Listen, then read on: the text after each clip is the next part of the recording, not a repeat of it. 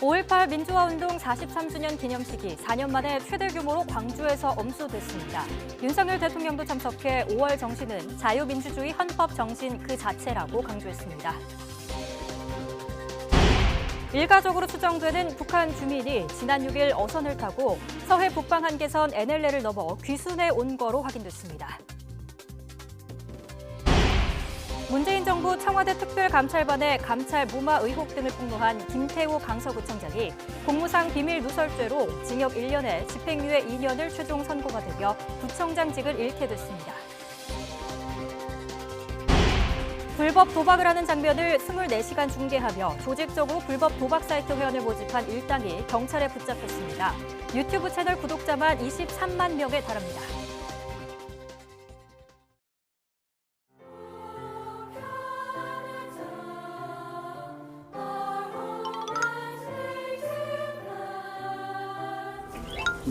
들어야겠다.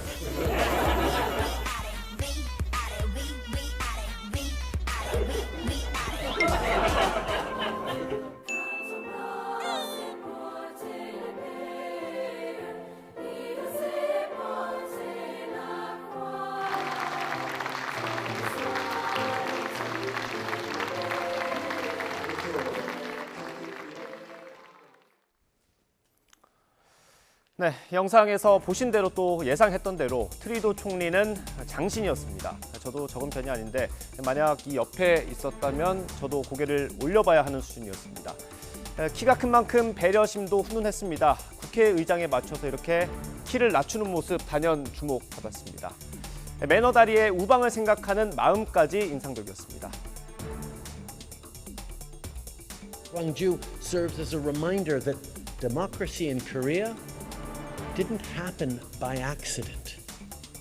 At its best, democracy will always be stronger than authoritarianism. 트리도 총리의 국회 연설 내용입니다. 민주주의 중요성을 강조하면서 광주의 아픔과 성과를 짚었습니다. 수교 60주년에는 우리 문화에 있는 환갑을 비유하기도 했습니다. 우리 의원들은 박수로 화답했습니다. 그런데 화면으로 보신 것처럼 뭔가 부족해 보입니다. 듬성듬성 자리가 비어 있었습니다. 임시회가 열려 있고 평일에 한가운데 수요일인데도 100명 넘게 빠졌습니다. 국회가 전체 의원들에게 초청장을 배부한 게 지난 11일이었습니다. 그러니까 엿새가 남았을 때인데 이게 혹시 너무 촉박하다고 생각하십니까? 그럼 이렇게 한번 보겠습니다. 다른 나라 정상이 우리나라 국회에 와서 직접 연설한 게 지난 2017년 11월 트럼프 당시 미국 대통령이 마지막이었습니다. 그러니까 5년도 넘었습니다. 정상으로서나 우리 국회로서나 중요한 일이었다는 겁니다. 특히 지난해에는 이런 광경을 보기도 했습니다. Праві та смерті. Чим більше компаній припинять торгувати з Росією, працювати на території виживання у війні, направлені на повне підкорення народу, потрібно давати принципові. 지난해 4월 젤렌스키 대통령이 러시아 침략의 부당함을 호소하고 도움을 요청하는 화상 연설이었습니다. 그때는 심지어 100명도 오지 않아서 다른 나라와 크게 비교됐습니다. 의원 외교, 또 의회 외교라는 말 때가 되면 나옵니다. 이걸 명분으로 출장도 많이 갑니다. 어디 나갈 때만 열심히 할 게 아니라 정상이 찾아왔을 때 좋은 이미지를 주는 게 당연히 효율적이겠죠. 이런 게 반복되면 지금 있는 국회가 또 300석이나 있는 본회의장이 너무 넓다고 생각하는 국민은 많아질 수밖에 없습니다. 앵커 리포트였습니다. 제43주년 5.18 민주화운동 기념식이 광주 국립민주묘지에서 거행됐습니다. 5월 정신, 국민과 함께라는 주제로 열린 이번 기념식은 윤석열 대통령과 5.18 유공자, 유족을 비롯한 3,000명이 참석해 진행됐습니다. 헌정 공연에서는 5월의 어머니를 주제로 5.18 상처 속에서 5월 정신을 지키고 알리는 데 일생을 바친 광주 어머니들의 이야기를 조명했습니다. 40여 분간 진행된 기념식은 참석자들이 임을 위한 행진곡을 함께 부르며 마무리됐습니다. 지난해에 이어 올해도 5.18 기념식에 참석한 윤석열 대통령. 5월 정신이 자유민주주의 헌법 정신이고 우리를 하나로 묶는 구심체라고 말했는데요. 그러면서 이를 위협하는 모든 세력과 도전에 당당히 맞서 싸워야 한다고 강조했습니다. 직접 들어보겠습니다. 5월의 정신은 우리 자유민주주의 헌법 정신 그 자체이고 우리가 반드시 계승해야 할 소중한 자산입니다. 우리를 하나로 묶는 구심체입니다. 그리고 5월의 정신은 우리에게 자유민주주의를 지키기 위한 실천을 명령하고 있습니다. 우리가 5월의 정신을 잊지 않고 계승한다면 우리는 자유와 민주주의를 위협하는 모든 세력과 도전에 당당히 맞서 싸워야 하고 그런 실천적 용기를 가져야 합니다. 민주주의의 위기를 초래하는 안팎의 도전에 맞서 투쟁하지 않는다면 5월의 정신을 말하기 부끄러울 것입니다. 정치권에서는 5.18 정신 헌법 수록을 두고 공방이 벌어졌습니다. 더불어민주당 이재명 대표는 5.18 민주화 운동 정신을 계승하겠다는 윤석열 대통령의 말이 진심이라면 망언을 일삼은 정부 여당 측 인사들의 엄정한 조치부터 이루어져야 하고 나아가 5.18 정신 헌법 전문 수록 공약을 이행해야 한다고 촉구했습니다. 이 대표는 사죄와 반성은 말이 아니라 행동으로 하는 거라며 내년 총선에 맞춰 5.18 정신 원포인트 개헌을 반드시 이뤄내자고 밝혔습니다. 이에 국민의힘 김기현 대표는 5.18 정신 헌법 전문 수록은 당의 입장이라면서도 구체적인 방안에 대해서는 신중한 입장을 내놨습니다. 김 대표는 5.18 정신을 헌법 전문에 담는 건 대통령의 공약이자 당의 입장인 만큼 그 뜻을 잘 실천해 나가도록 하겠다면서도 시기와 방식을 묻는 말에는 할 수 있는 실천적인 방안을 찾겠다고 답했습니다. 대통령실은 이재명 대표의 원포인트 개헌 제안을 국면 전환용 꼼수라고 일축했습니다. 대통령실 핵심 관계자는 YTN 통화에서 야당이 비리로 얼룩진 현재 국면을 돌파하기 위한 정치적 꼼수로 개헌을 악용한다면 5.18 정신을 모독하는 거라고 비판했습니다. 그러면서 윤 대통령은 정치를 시작하기 전부터 5.18 정신을 헌법 정신이라고 강조해왔고 규범 질서 근본을 고치는 헌법 개정 땐 국민적 합의 절차와 정당한 과정을 거쳐 5.18이 당연히 들어갈 거라고 설명했습니다. 최근 부동산 규제가 완화되고 대출 금리가 하락하자 아파트 매매 수요가 살아나면서 집값도 반등하고 있습니다. 하지만 서울 일부에 국한돼 있고 지방은 아직 편차가 큽니다. 아직은 지켜봐야 한다는 얘기입니다. 윤혜리 기자입니다. 서울 송파구의 대표적인 재건축 예정 아파트 단지. 지난달 말 전용 면적 76.5제곱미터가 23억 4천만 원에 팔렸습니다. 올해 초 19억 8천만 원에 팔렸던 곳인데 급매물이 소진되면서 4개월 만에 매매가가 3억 원 넘게 뛴 겁니다. 그때 기준으로는 뭐 20억 선이 지금 한 25억 보셔야 돼요. 한 5억 올랐다고 봐야 되죠. 활발하진 않아도 간간히 한두 개씩 거래가 돼요. 그래서 매매가도 올랐고 재매가도 올랐다고 보시면 됩니다. 바로 옆 5,500여 세대가 입주한 대단지 아파트도 집값이 반등하는 추세입니다. 올해 초 19억 원 선까지 내려갔던 전용 면적 84제곱미터가 최근 21억 3천만 원에 거래됐습니다. 이 지역은 토지거래 허가구역으로 묶여 있어 전세를 끼고 살 수 없고 직접 거주해야 하는데 최근 부동산 규제 완화에 대출이자 하락까지 겹치면서 실거주자 위주로 수요가 살아난 겁니다. 실제로 국내 5대 시중은행의 지난달 주택담보대출 금리는 4% 중후반대로 올해 초 5%대에서 꾸준히 하락했습니다. 주택담보대출 변동금리 산정 기준이 되는 코픽스도 지난달 신규 취급액 기준 3.44%로 기준금리보다 더 낮아지면서 대출금리 인하 기대감은 커지고 있습니다. 이자 부담이 줄면서 아파트 매매 수요는 차츰 살아나는 분위기입니다.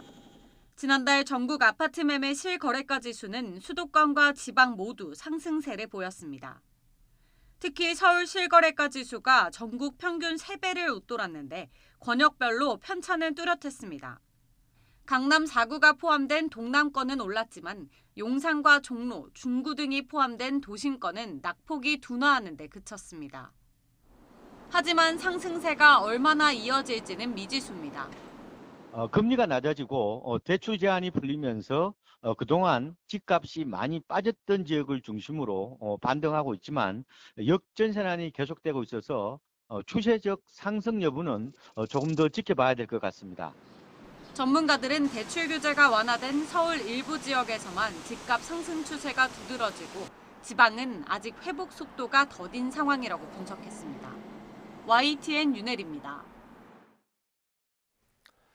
최근 우리 조선업계가 역대 최대 호황을 누리고 있습니다. 경쟁력 확보를 위해 정부도 전방위 지원에 나섰는데 장기적 관점에서는 긴장을 늦춰선 안 된다는 지적입니다. 양희력 기자입니다.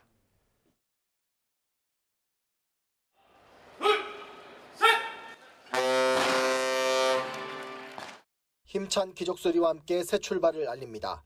한국형 저장 탱크 기술을 적용한 국내 첫 LNG 벙커링선 블루웨일호입니다. LNG 7,500세제곱미터를 저장했다가 다른 LNG 추진선에 공급하는 바다 위의 이동 주유소입니다. 블루웨일호가 본격 운항을 하면 연료 공급의 시간적, 공간적 제약이 대폭 줄어들어 선박 운항의 효율성을 더욱 높일 것입니다. 국내 조선 산업은 우수한 품질과 기술력을 바탕으로 현재 순항 중입니다. 올해 1분기 세계 선박 시장의 40%를 점유하며 세계 1위를 달성했고 수주 잔량도 지난 2011년 이후 최고 수준을 기록하며 3년치 넘는 일감을 확보했습니다. 물들어온 조선 산업 호조에 발맞춰 정부도 팔을 걷어붙였습니다. 핵심 기자재를 국산화하고 미래 선박 기술을 선점하는 데 올해 1,800억 원을 집중 지원합니다. 조선사가 정해진 기한에 배를 완성하지 못해도 보증기관이 선수금을 대신 지급하는 선수금 환급 보증 제도도 확대합니다. 하지만 수주 훈풍과 정부의 전폭적인 지원에도 안심하긴 이릅니다. 당장 국내 조선 빅3의 올해 1분기 영업실적을 보면 삼성중공업은 5년 6개월 만에 흑자 전환에 성공했지만 HD 한국조선해양과 한화오션으로 전환을 앞둔 대우조선해양은 적자를 면치 못했습니다. 실적이 본격적으로 반영되는 2분기에는 나아질 거란 기대입니다. 하지만 글로벌 경기 침체 여파로 뚝뚝 떨어지고 있는 운임료는 최근 날개를 단 조선업의 발목을 잡을 수 있다는 지적입니다. 최근에 이제 교역량이 많이 좀 줄면서요. 전 세계적으로 아마 선박을 이용한 물동량은 별로 늘어나지 않을 거라는 그런 우려도 나오고 있기 해서 그런 것들이 중장기적으로는 조선업계에 애로가 되지 않을까. 게다가 중국이 저가 수주에 공세를 펼치고 있는 만큼 고부가 친환경 선박 기술 개발로 경쟁력을 확보해야 한다는 분석도 많습니다. YTN 양일혁입니다. 지난 1년 동안 국내 항공의 국제선 운항 횟수가 7배 이상 늘어난 걸로 나타났습니다. 국토교통부는 국제선 운항 횟수가 지난해 4월 주 407회에서 지난달 3021회로 1년 사이에 642% 증가했다고 밝혔습니다. 이건 코로나19 이전인 2019년 운행 횟수와 비교해서 65%가 회복된 수준입니다. 대한항공과 아시아나의 기업 결합을 심사하고 있는 유럽연합이 합병 시 경쟁 제한 가능성이 우려된다는 부정적인 의견을 제시했습니다. EU 집행위원회는 합병 시 한국과 프랑스, 독일, 이탈리아, 스페인 간 4개 노선에서 승객 운송 서비스 경쟁이 위축될 수 있고 유럽과 한국 간 모든 화물 운송 서비스의 경쟁이 위축될 우려가 있다고 설명했습니다. EU는 대한항공이 제시한 개선 방안과 심사 보고서 답변 등을 종합해 오는 8월 3일까지 합병 승인 여부를 결정할 방침인데 2단계 심사에서 문턱을 넘지 못하면 합병은 사실상 불가능해집니다. 주요 금융공기업이나 국책은행들은 보통 같은 날 입사시험을 치릅니다. 그런데 황당한 사건이 발생했습니다. 화면으로 보겠습니다. 네, 취업준비생들에게 인기가 많은 곳, 한국은행과 금융감독원, 산업은행, 수출입은행 이렇게 A매치로 분류됩니다. 중복 합격으로 인한 혼란을 막자는 게 A매치 데이의 도입 취지입니다. 그런데 한국은행에 입사한 한 신입 직원의 황당한 대리시험 행각이 드러났습니다. 지난해 한국은행과 금융감독원은 필기시험을 9월 24일 같은 날짜로 잡았습니다. A씨는 자신은 한국은행 1차 필기시험에 응시하고 금융감독원 시험에는 자신과 비슷하게 생긴 쌍둥이 형을 보내서 시험을 보게 했습니다. 쌍둥이 형이 대신 치러준 금융감독원 1차 필기시험이 통과하자 금감원 2차 필기시험과 한국은행 1차 면접 전형을 이어서 자신이 직접 응시하게 됐는데요. A씨는 한국은행에 최종 합격하고 나서야 금감원 2차 면접 응시를 포기했습니다. 직장인 임용 커뮤니티의 A씨의 대리시험 의혹이 제기되자 한국은행은 감사에 착수했고 덜미를 잡히게 됐습니다. A씨는 형사 고발됐고 수사까지 받게 됐습니다. 한국은행은 자체 조사 결과나 수사 결과에 따라서 A씨를 엄중히 징계할 계획이라고 밝혔습니다.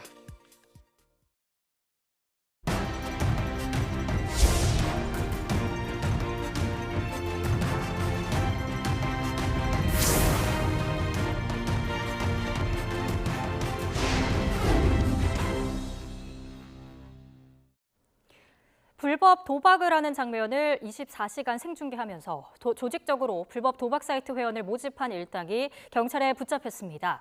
이들이 운영한 유튜브 채널의 전체 구독자 수는 23만 명에 달했는데요. 취재기자 연결해 자세히 짚어보겠습니다. 권준수 기자. 네, 사회 일부입니다. 어떤 식으로 범행을 저지른 건가요? 네, 경찰이 도박 공간 개설 혐의로 일당 9명을 붙잡았는데요. 이 가운데 총책인 20대 남성 A씨를 포함한 4명은 구속된 채로 검찰에 넘겨졌고 나머지 5명도 불구속 송치됐습니다.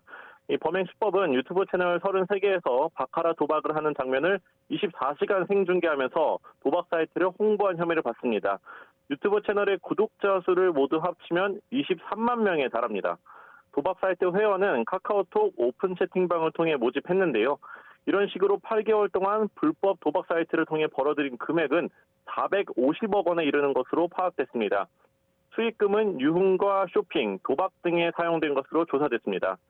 경찰은 도박 참여와 회원가입 상담 등 범행을 위한 역할 분담이 치밀하게 돼 있었다면서 대포폰과 대포통장을 사용하면서 홍보 사무실 주소를 이전하는 치밀함까지 보였다고 설명했습니다.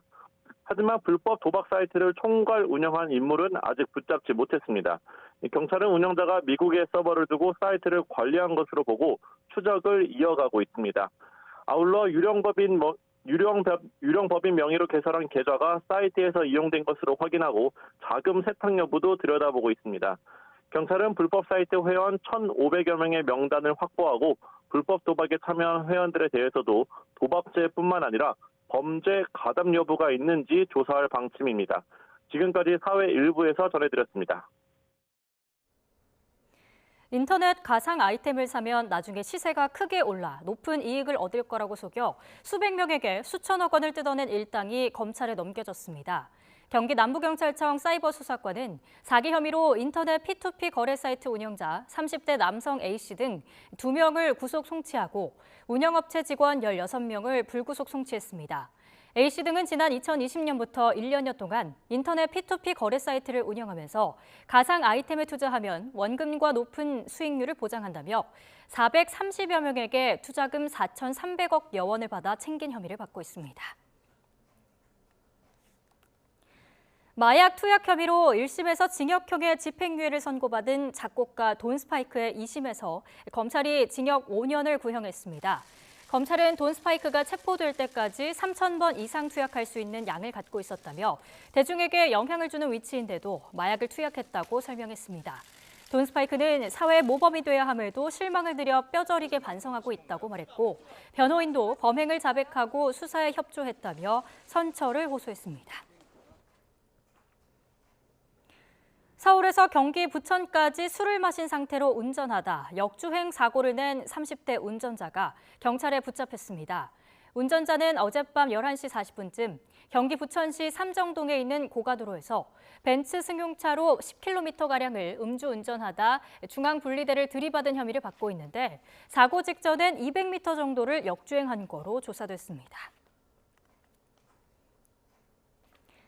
지난달 고속도로를 달리던 택시가 도로 한복판에 있던 철제 구조물을 들이받아 기사가 다쳤습니다. 화물차가 떨어뜨리고 간 낙하물로 보이는데요. 사고 지점에 CCTV가 없어 범인을 잡는 데 난항을 겪고 있습니다. 안동준 기자입니다. 깜깜한 밤 택시 한 대가 고속도로를 달립니다. 그런데 도로 한복판에 벼랑간 철제 구조물이 나타나고 택시는 멈출 새도 없이 그대로 들이받고 맙니다. 구조물이 시야에 들어오고 나서 충돌하기까지 딱 1초가 걸렸습니다. 지난달 27일 택시기사 김병수 씨가 손님을 태우고 주행하다 당한 사고 장면입니다. 사고 충격으로 에어백이 터지며 김 씨는 이마 등을 다쳐 병원에서 2주 동안 치료를 받았습니다. 김 씨가 들이받은 철제 구조물입니다. 지금은 쓰러져 있지만 높이는 1m가 훌쩍 넘고요. 성인 남성이 혼자 들 수 없을 만큼 무겁습니다. 경찰은 김 씨보다 먼저 지나간 화물차에서 철제 구조물이 떨어진 것으로 추정하면서도 정확히 어디서 어떻게 추락한 건지 식별해내긴 어렵다고 설명합니다. 사고 지점에 CCTV가 없기 때문입니다. 저는 개인 택시 재산은 그것밖에 없는데 하루하루 이렇게 벌어야 하는데 이렇게 일 못 오고 이렇게 있으니까 답답해서. 고속도로 낙하물 사고는 지난 2020년 소폭 감소했다가 이후 조금씩 증가하는 추세입니다.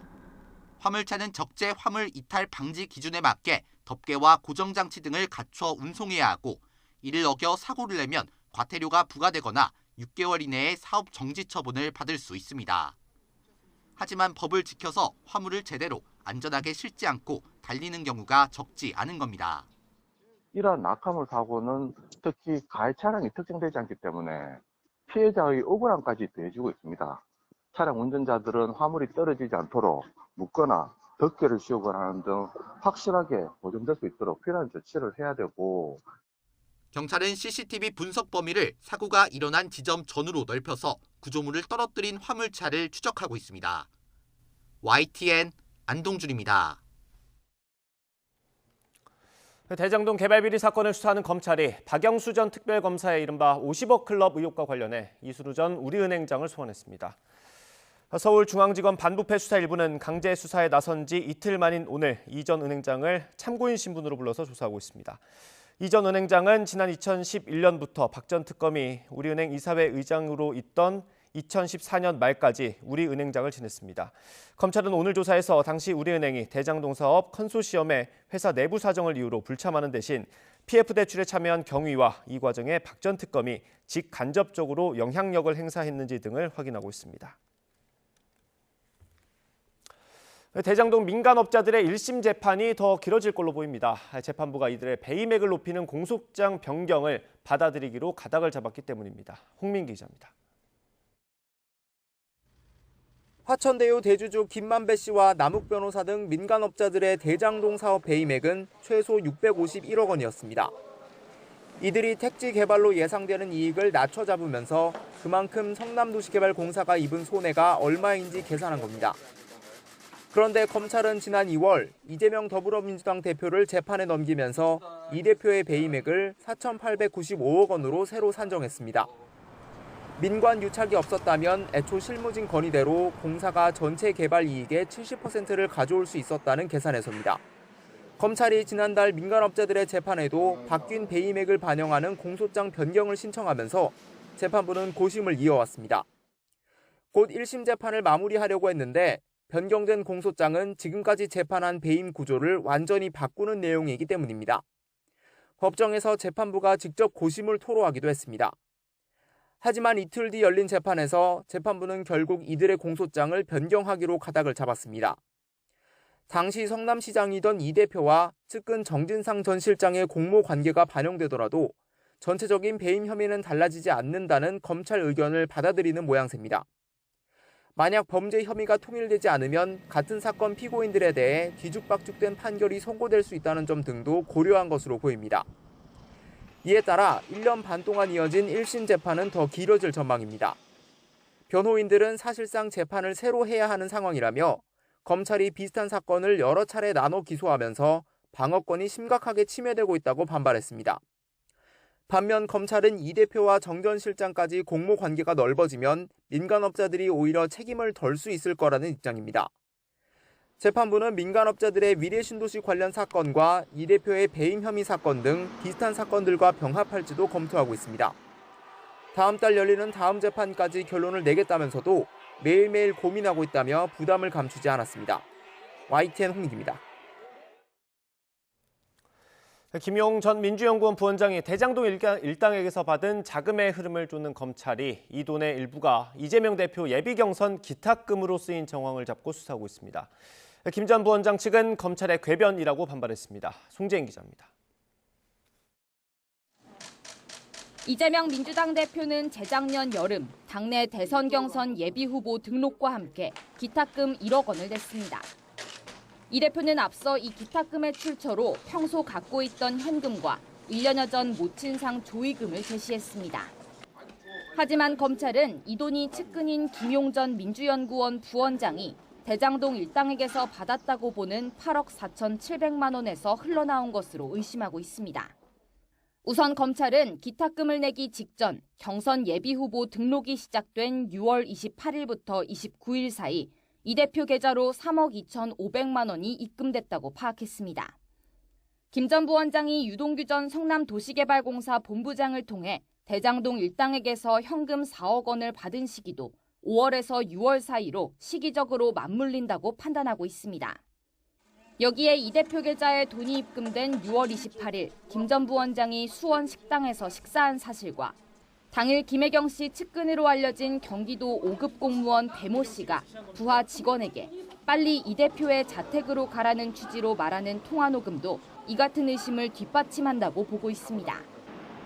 김 전 부원장이 현금 따발을 성남시 이 대표 자택으로 옮긴 뒤 비서실 직원들이 계좌에 잇따라 넣은 게 아니냐는 게 검찰의 의심입니다.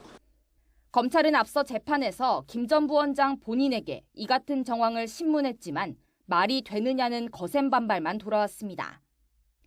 김 전 부원장은 추가 입장을 내고 전혀 사실이 아니라며 검찰이 유 전 본부장이 자신에게 줬다고 주장하는 6억 원의 사용처를 도저히 입증할 수 없게 되자 이 대표 경선 기탁금에 쓰인 것처럼 언론을 통해 사실을 호도하고 있다며 거세게 반발했습니다. 민주당 역시 입장문을 내고 이미 지난해 사실관계 정리가 끝난 사안인데 검찰이 또 허위 사실을 유포하고 있다며 예외 없이 법적 대응하겠다고 밝혔습니다. 검찰이 대선 자금 용처를 수사하며 다시 한번 이 대표 본인을 겨눈 모양새지만 추론을 넘어 구체적 증거로 입증하기까진 더 시간이 필요해 보입니다. YTN 송재인입니다. 문재인 정부 청와대 특별감찰반의 감찰 무마 의혹 등을 폭로한 김태우 서울 강서구청장이 대법원에서 징역형의 집행유예가 확정돼 구청장직을 잃게 됐습니다. 대법원은 오늘 공무상 비밀누설 혐의로 기소된 김 구청장에 대한 상고심에서 징역 1년에 집행유예 2년을 선고한 원심을 확정했습니다. 김 구청장은 지난 2018년 12월부터 2019년 2월까지 청와대 특별감찰반에서 일하며 알게 된 비밀을 언론 등에 폭로한 혐의로 재판에 넘겨져 1심에 이어 2심에서도 징역 1년에 집행유예 2년을 선고받았습니다. 윤 대통령의 거부권 행사로 간호법 제정안은 폐기될 가능성이 높아졌죠. 항의의 뜻으로 전국 병원 간호사들이 준법 투쟁에 돌입했습니다. 그동안 현장에서 법 없이 관행처럼 해왔던 일들을 거부하겠다는 건데요. 정작 병원 진료가 필요한 국민 발등에 불이 떨어질 수 있습니다. 당장 예상되는 어려움은 처방입니다. 처방전 작성은 원칙적으로 의료 시스템에 의사 아이디를 이용해 접속해야만 가능합니다. 하지만 의사가 바쁠 때는 더 많은 진료를 할 수 있도록 간호사가 아이디를 받아 대신 처방을 입력하는 경우가 있었는데요. 이 같은 대리 처방을 간호사들이 거부하기로 한 겁니다. 임신부에게는 필수적이죠. 태아 상태를 보기 위한 초음파 검사도 현실적인 문제로 간호사가 하는 곳이 적지 않았습니다.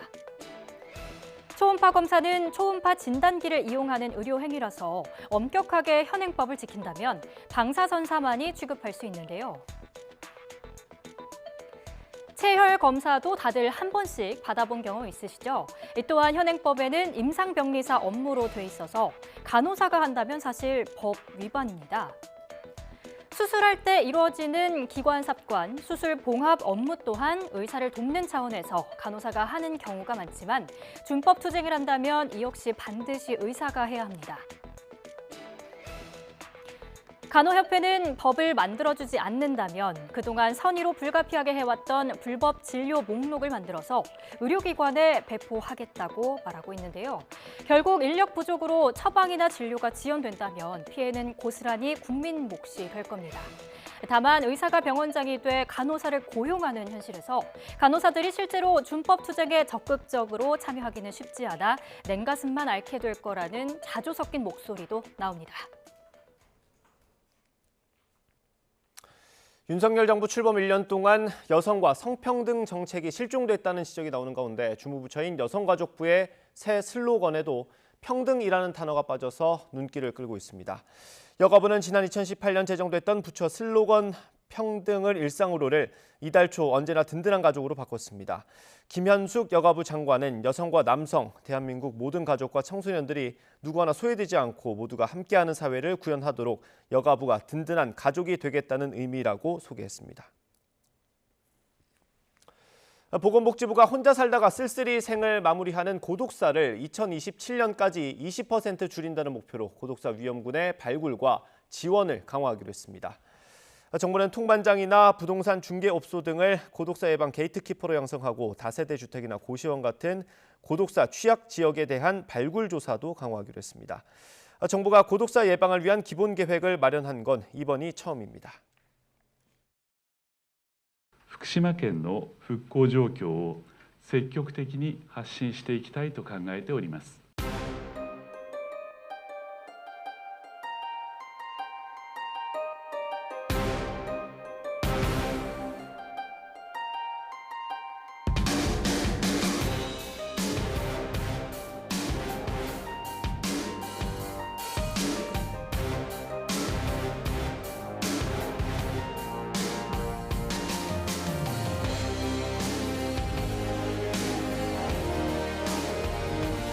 국내에는 방사능 검사를 마친 안전한 생태만 수입되는데도 일본산이라는 불안 심리 때문에 소비가 크게 줄었습니다. 사람들이 시장에 모여야 되는데 나오지를 않아. 그냥 하루 종일 놀다 가는 거예요, 와서 그냥.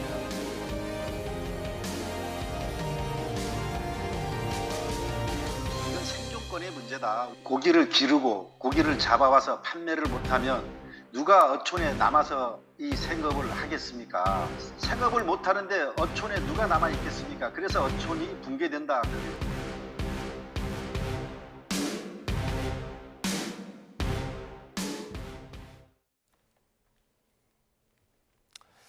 한일 오염수 시찰단 협의가 구체적 일정을 확정하지 못하고 끝난 가운데 한덕수 국무총리가 시찰단의 목적이 처리시설 등에 대한 의문점을 확인하기 위한 거라고 사실상 한정해서 논란이 일고 있습니다.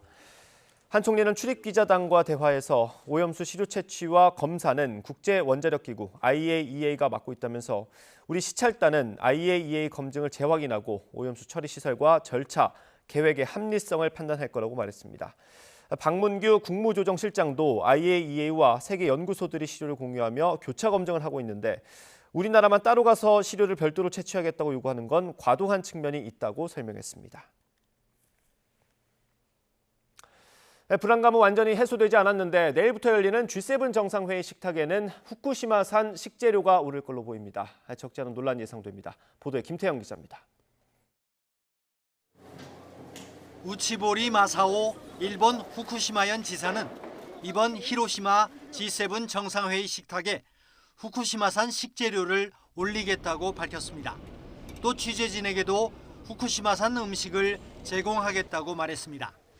各国要人の食事に県産食材などを活用するほか、海外の報道関係者の取材拠点となる国際メディアセンターにおいて福島県のお酒や加工食品などを提供すると伺っています。 그러면서 이번 정상회의가 후쿠시마에 대한 이해를 넓힐 기회라고 강조했습니다.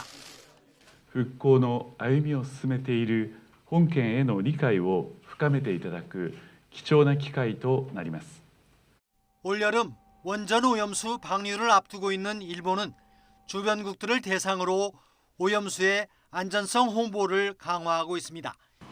일본에게 이번 G7 정상회의는 후쿠시마 원전 오염수와 농수산물의 안전성을 널리 알릴 수 있는 기회이기도 합니다.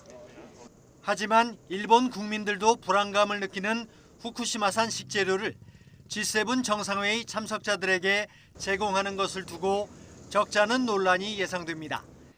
지난 2021년 도쿄올림픽 당시에도 선수촌 식당에 후쿠시마산 식재료가 쓰이자 우리나라와 미국 등은 자국에서 식재료를 가져와 선수단에 제공했습니다. 방사능 오염에 대한 불안과 불신이 여전한 상황에서 후쿠시마산 식재료는 큰 논란의 불씨가 될 수 있다는 관측이 나옵니다. YTN 김태현입니다. 제이크 설리번 미 백악관 국가안보보좌관은 일본에서 열리는 G7 정상회의 기간 한미일 정상회담 추진 방침을 확인했습니다. 설리번 보좌관은 조 바이든 대통령의 일본 방문길의 에어포스원 기내 브리핑에서 한미일 3국 모두 정상회담에 대한 의지가 있고 미국의 지지로 한일 관계의 실질적 진전이 이루어졌다며 이같이 말했습니다. 따라서 빡빡한 일정 속에서 시간을 찾을 수 있다면 3자 회담을 추진할 거라며 그러나 일정이 많아서 어떤 확답도 할 수 없다고 덧붙였습니다. 북한의 군사정찰 위성 발사가 임박한 거로 관측되는 가운데 미국은 탄도미사일 기술을 사용한 발사는 유엔 결의 위반이라며 책임을 묻겠다고 밝혔습니다. 베단트 파텔 미 국무부 수석 부대변인은 북한 위성 발사 움직임과 관련한 질문에 위성을 우주로 발사하는 우주 발사체도 탄도미사일 기술이 사용되는 만큼 다수의 유엔 안보리 결의 위반이라고 말했습니다. 그러면서 북한의 책임을 묻기 위해 사용할 수 있는 수단이 많이 있다며 북한이 도발을 지속한다면 계속 조치를 취할 거라고 강조했습니다. 줄리 터너 미국 북한 인권 특사 지명자가 인준청문회에서 북한의 인권 침해 책임 규명에 나서겠다고 밝혔습니다. 터너 지명자는 북한의 인권 증진을 위해 유엔 안전보장이사회 등 국제적 차원의 노력을 해나가겠다고 강조했는데요. 김선희 기자가 취재했습니다. 줄리 터너 북한 인권 특사 지명자는 미 상원에서 열린 인준청문회에서 코로나19로 북한의 인권 상황이 한층 더 열악해졌다고 밝혔습니다. The human rights situation in the DPRK is one of the most protracted human rights crises in the world. And the COVID-19 pandemic has allowed Kim Jong-un to tighten his control over all aspects of life in the isolated country. 특히 북한 주민들에 대한 착취와 학대는 북한의 무기 프로그램 자금 조달과 연관이 있다고 지적했습니다. The regime's human rights abuses are inextricably linked to its weapons program, which are funded through the exploitation and abuse of the North Korean people. 한국을 비롯한 동맹국들과 함께 북한의 인권 침해 책임 규명에도 나서겠다고 말했습니다.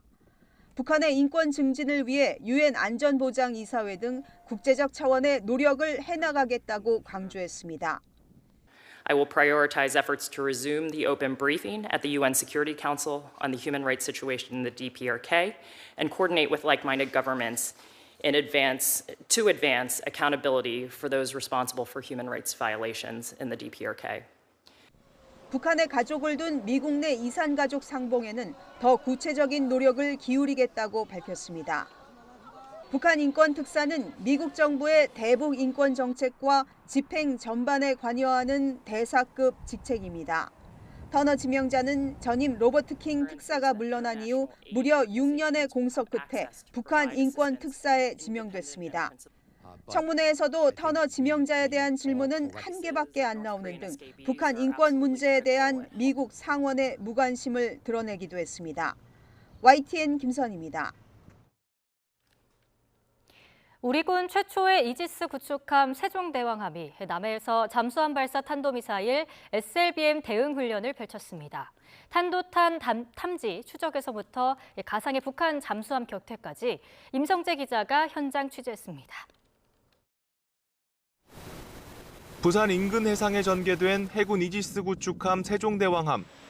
기지를 이탈한 가상의 북한 잠수함에서 발사된 탄도미사일 SLBM을 탐지합니다. 정보에 의하면 현 시각 SLBM 탑재 잠수함을 포함한 적 잠수함 다수 미식별 중이며 신포 일대 SLBM 발사 징후 포착. 교전 상태로 전환한 세종대왕함은 곧바로 적 잠수함 추적에 나섭니다. 함정 주변으로 해상 초계기 P3가 고도 100m 이하로 날아와 음향 탐지기를 부착한 소노브이 부표를 바다에 던지고 해상 작전 헬기 링스가 투입돼 디핑 소나를 투하해 정확한 잠수함의 위치를 함정에 전달합니다. 적의 어뢰 공격을 피한 군은 반격에 돌입합니다. 하늘과 바다에선 북한 잠수함을 격퇴하기 위한 다량의 미사일 공격이 이어집니다.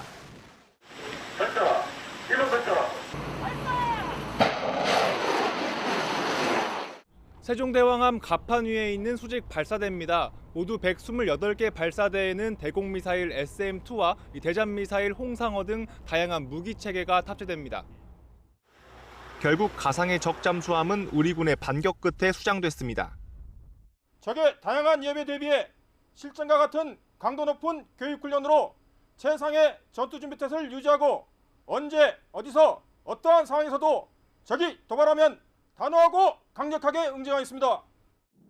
1000km 이상 대공미사일 1000여 개를 탐지하고 추적할 수 있는 이지스 레이더를 탑재한 세종대왕함은 북한의 핵미사일 위협에 대응하기 위한 한국형 3축 체계의 핵심입니다. 현재 우리 군은 세종대왕함을 포함해 율곡이 2함과 서해 류성룡함 등 이지스함 3척을 운용하는 데 이어 요격 기능까지 갖춘 정조대왕함을 전력화하는 데 속도를 내고 있습니다. 또 다른 3축 체계의 핵심으로 SLBM 반격에 나설 수 있는 3000톤급 도산 안창호함 등 잠수함 전력도 매일 바다를 지키고 있습니다. YTN 임성재입니다.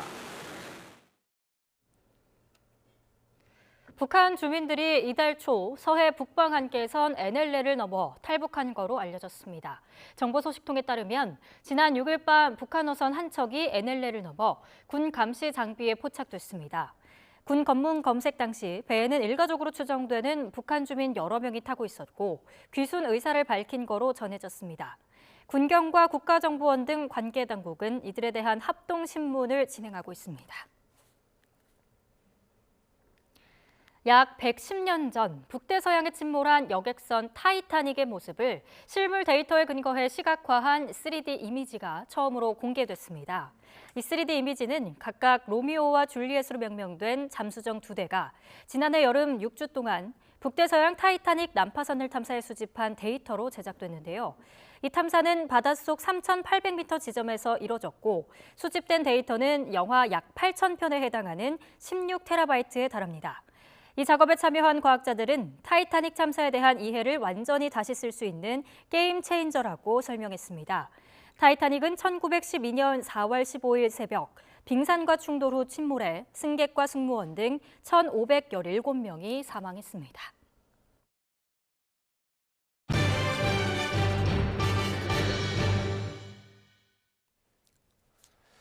전현직 프로골퍼들과 유명 스포츠 스타들이 자선 골프 대회를 열었습니다. 최경주와 추성훈 두 상남자가 골프에서 한 팀으로 만났습니다. 김상희 기자입니다. PGA 투어 한국 선수 역사의 시작, 최경주 선수가 종합격투기 추성훈 선수와 짝을 이뤄 자선 골프 대회에 나섰습니다. 추성훈 선수는 고수 앞에서 가벼운 농담으로 긴장을 풀었습니다. 내가 한번 볼게요. 보고 네, 감사합니다. 내가 한 수 해드릴게요. 그러면 제가 다음에 제가 어떻게 사람 때리는 해설가로 변신한 LPGA 1세대 스타 박지은 선수도 지난해에 이어 올해도 사랑의 행사에 참가했습니다.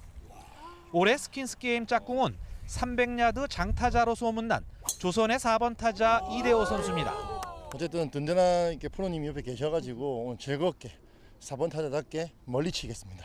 일단 대호 씨는 무조건 멀리 치신다고 하고 저는 공이 어디로 갈지 전혀 예측을 할 수 없기 때문에 어쨌든 즐거운 라운드가 될 것 같습니다. 화기애애한 분위기 속에서 실수도 연발하지만 때론 프로 선수 못지않은 샷들도 쏟아졌습니다. 9홀 스킨스 게임에서는 마지막 홀 버디를 잡아낸 최경주, 추성훈 팀이 박지은, 이대호 팀을 이겼습니다. 우리나라도 이런 체리티를 통해서 이렇게 기부 문화를 발전시킨다는 것은 굉장히 좋은 일이다. 앞으로 희망이 있다. 박상현과 김비호, 현역 남자 선수들과 은퇴한 최나연, 김하늘 선수의 성대결에서는 남자 팀이 승리했습니다. 내년에 만약에 또 기회가 된다면 연습 좀 많이 해가지고 오도록 하겠습니다. 이번 친선 대회를 통해 모은 상금 5천만 원은 발달장애 선수들을 돕기 위한 기금으로 전달됐습니다. YTN 김사익입니다. 오늘은 전국이 대체로 흐린 가운데 곳곳에 비가 내리고 있습니다. 서울에도 약하게 비가 내리거나 빗방울이 떨어지는 곳이 있는데요. 오후 동안 수도권 지역에는 5mm 미만의 약한 비나 우박이 떨어질 가능성도 있겠습니다. 흐린 날씨 속에 때이른 더위도 잠시 주춤하고 있는 모습입니다.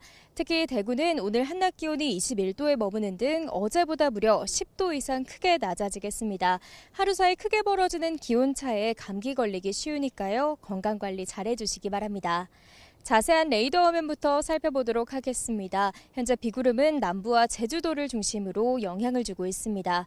특히 제주 산간에는 호우주의보와 강풍주의보가 동시에 내려진 가운데 시간당 10mm 안팎의 다소 강한 비가 집중되고 있는데요. 오후에 중부지방은 대기 불안정으로 인해 비가 점차 확대하겠고 일부 지역에는 알갱이가 작은 쌀아구박이 떨어질 가능성도 있겠습니다. 앞으로 제주도에 최고 50mm, 남해안에는 5에서 30mm의 비가 더 내리겠고요. 그 밖의 지역으로는 5mm 안팎의 비가 예상됩니다. 비는 오늘 밤이면 대부분 그치겠지만 제주도와 남해안은 내일 오전까지 이어지겠습니다. 오늘 낮 기온은 어제보다 3에서 많게는 12도가량 크게 낮아지겠습니다. 서울 한낮 기온 26도, 대전 22도, 광주와 대구는 21도가 예상됩니다. 하지만 내일은 서쪽 지방을 중심으로 다시 여름 더위가 찾아오겠고요. 동풍의 영향을 받는 동해안 지방은 선선한 날씨 속에 가끔 비가 내릴 전망입니다. 내일 오전까지 제주도와 남해안에는 비와 함께 초속 20m 이상의 강한 바람이 불겠습니다. 이 지역에 계신 분들은 시설물 관리와 안전사고에도 각별히 유의해 주시기 바랍니다. 지금까지 YTN 윤수빈입니다. 이상으로 뉴스 앤 이슈 마치겠습니다. 잠시 뒤에 더 뉴스가 방송됩니다. 시청해주신 여러분 고맙습니다.